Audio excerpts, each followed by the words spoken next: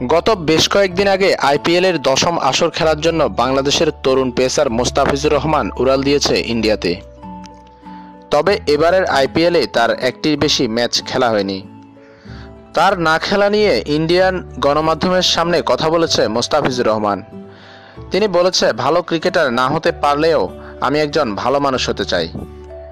Times of ইন্ডিয়াকে দেয়া সাক্ষাৎকারে তিনি বলেন, সফলতার পিছনে আমি কখনোই ছুটিনি। আমাকে অনেকে অনেক বড় করে দেখিয়েছে, বিশাল প্রতিভাবান ও বানিয়ে দিয়েছে, কিন্তু এগুলো আমাকে কখনো ভাবায়নি। মোস্তাফিজুর রহমান আরও বলেন, আমি কোনো নির্দিষ্ট লক্ষ্য নিয়ে খেলি না। দিন শেষে নিজের সেরাটি দিতে চাই, কারণ আমি সবসময় চাই আমার দল ভালো খেলুক, দল জিতুক। বর্তমানে তিনি সানরাইজার্স হায়দ্রাবাদের হয়ে ইন্ডিয়ান প্রিমিয়ার লিগ আইপিএলের দশম আসর খেলার জন্য ভারতে অবস্থান করছে। আইপিএলের দশম আসরে এই পর্যন্ত একটি ম্যাচ খেলেছে মোস্তাফিজুর রহমান। টি-20 ক্রিকেট নিয়ে কাটার স্পেশালিস্ট বলেন, এই ফরম্যাটে কিছু বৈচিত্র্যের প্রয়োজন। প্রত্যেকের ভান্ডারেই কিছু চমৎকার বল থাকে, সফলতার জন্য এগুলো কাজে লাগাতে হবে।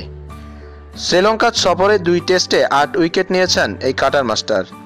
3 ম্যাচ ওয়ানডে সিরিজে নিয়েছেন 6টি উইকেট, 2টি টি-20তেও 4 উইকেট নিয়েছেন মোস্তাফিজুর রহমান। শ্রীলঙ্কা সফর নিয়ে মোস্তাফিজুর রহমান বলেন, ওয়ানডে সিরিজে বোলিং নিয়ে আমি খুবই খুশি। প্রথম 2টি ম্যাচে আমি ঠিকমতো ছন্দ পাইনি, তবে পরের এক ম্যাচে ভালো খেলায় সেই ভালো খেলাটা আমার টি-20তে কাজে দিয়েছে।